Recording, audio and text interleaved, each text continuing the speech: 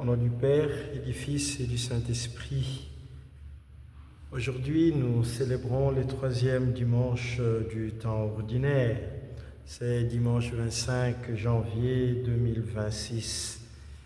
Et je voudrais partager avec vous les fruits de ma méditation qui partira d'abord de l'évangile de Saint Matthieu au chapitre 4, du 12e au 23e verset.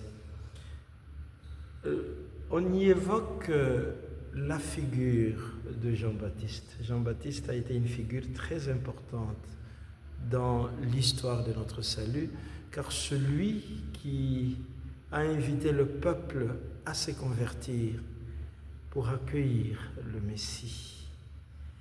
Et quand Jésus apprend sa mort, il se déplace et il va habiter à Capharnaüm.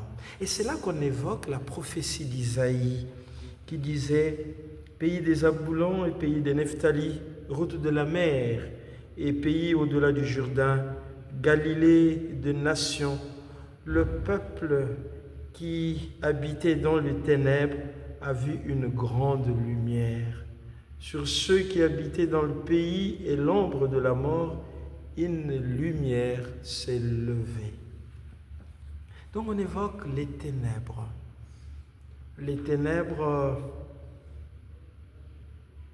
qui nous empêchent de voir. Et ces ténèbres, malheureusement, continuent de nous empêcher de voir. Et les ténèbres sont symbolisées par ce qui est dit dans la deuxième lecture d'aujourd'hui, lecture de la première lettre de Saint Paul apôtre aux Corinthiens, des divisions.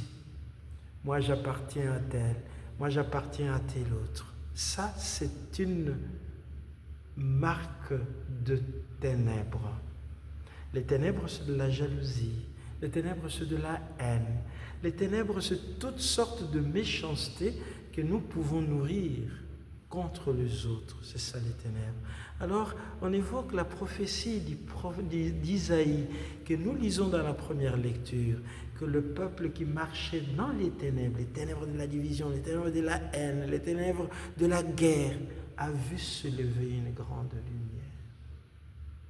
Oui, la lumière est venue dans le monde, mais est-ce que nous vivons de cette lumière? Est-ce que nous osons voir la réalité?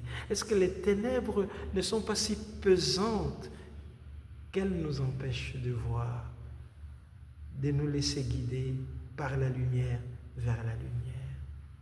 Pourquoi nous ne parvenons pas à voir la lumière, à l'accueillir, à en vivre? Et donc lorsque Jésus apprend que Jean-Baptiste a été mis à mort, et nous connaissons les circonstances difficiles dans lesquelles Jean-Baptiste est mort à cause d'Hérode,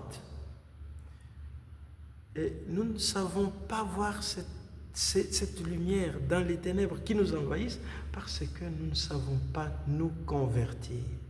Et c'est ainsi que Jésus prolonge le message de Jean-Baptiste.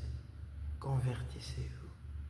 Mais vraiment, la conversion, c'est une tâche.